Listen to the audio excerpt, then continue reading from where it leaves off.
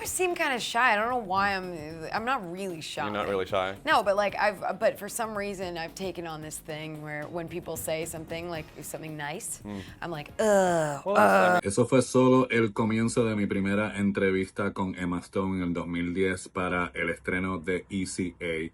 Y a mí hay una cosa que me da muchísima gracia que suele pasar con personas que tienen la oportunidad de entrevistar a celebridades, es que caen en la trampa de que se creen, de que eventualmente si la entrevistan muchas veces y la celebridad la reconoce, pues de que se creen que son panas.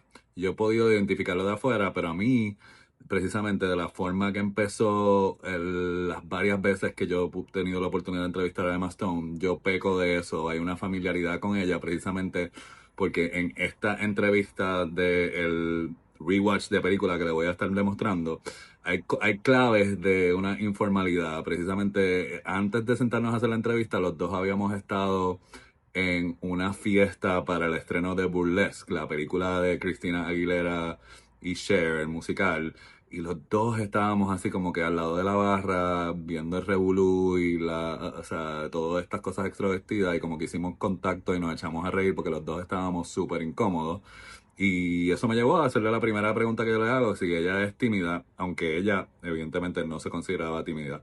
Después de eso, en muchas otras ocasiones hubo intercambios informales, tuve la oportunidad de conocer a su mamá, de conocer a su hermano por circunstancias extrañas de estar viajando fuera de los Estados Unidos, pero esta fue la primera vez que tuve la oportunidad de entrevistar a Emma Stone, así que aquí tienen el de película Rewatch, Emma Stone, ECA. Nosotros siempre les traemos las estrellas más importantes de Hollywood a su casa. Hoy tenemos entrevistas exclusivas con los protagonistas de las películas más taquilleras y vamos a comenzar precisamente con esta que está aquí, Mrs. Emma Stone, quien de seguro tiene el estrellato con su rol protagónico en ECA.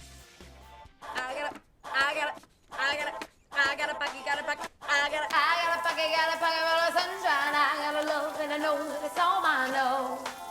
Oh, wow. So you said that, you know, that you feel really close to Olive, but I kind of caught this morning that you, at the same time you're kind of shy. Did you feel challenged by sort of, you know, I seem kind of shy. I don't know why I'm not really shy. You're not really shy? No, but like but for some reason I've taken on this thing where when people say something like something nice, I'm like, ugh. Well, I mean, you're still modest, so it's not like well, marvelous. I don't know. So. Yeah, but it's also kind of obnoxious when someone's like, oh my God. It didn't come off obnoxious yet, Oh, but well, I was thanks. wondering if the corsets or the singing or there was something that put you nervous because you're not really that extroverted. The singing was the scariest part for Okay. me, yes. And dancing around in like a little sassy, you know, like burlesque party tonight, Christina Aguilera number. It's a little intense. Coupled with the singing, it's intense. The other thing I was wondering, you up till now you've been part of ensembles, but this one is Yeah. sort of it falls on you, but it centers on your character. Was that sort of put any pressure or present a different sort of challenge for you? Absolutely. Okay, how so? Yes. I think I'd be afraid if I wasn't afraid. Okay. But I was really afraid for a little while. Okay.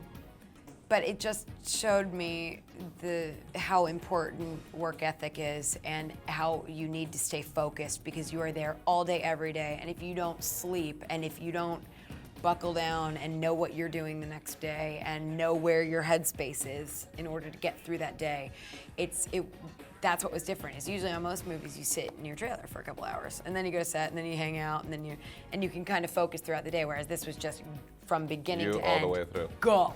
Okay. Yeah, and it was intense, but very, very cool and a huge learning experience. Okay. I was wondering, I always admire actors who the sort of acting where you, without any prosthetics or anything, you convince the audience that it's you. Yeah. I was wondering, when you do something like, you know, The House Bunny or Ghost of Girlfriend's Past, where it's not necessarily a cartoon, but it's an extreme version of a heightened version, character. yeah. So I'm wondering, what type of acting do you prefer in terms of, or feel more challenged by? I think the most challenging for me is someone that is. I don't really know. I always wanted to do sketch comedy and improv. So movies like The House Bunny and Ghosts are where I really feel like I can just, you know, be myself and just be wild and, you know.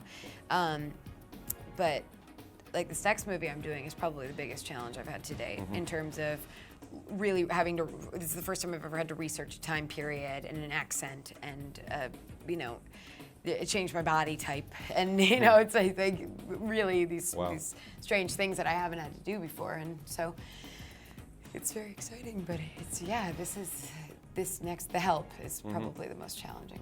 Okay, well, one, that's so. it for me. So nice talking to you. Yeah, thank you. Nice talking to you.